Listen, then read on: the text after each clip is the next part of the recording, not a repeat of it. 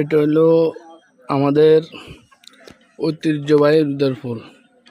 এই রুদার ফুলটা আগেও চিহ্নিত ছিল অনেক। এই রুদার ফুল অনেক আগে থেকে পরিচিত। এখানে একটা পুকুর আছে পাশে, ওই পুকুরটার নাম হলো রুদার নামে, আর এটা হলো রুদার ফুল। আর এখানে হলে অনেকগুলি দোকান হয়েছে, আগে এতগুলি দোকান ছিল না।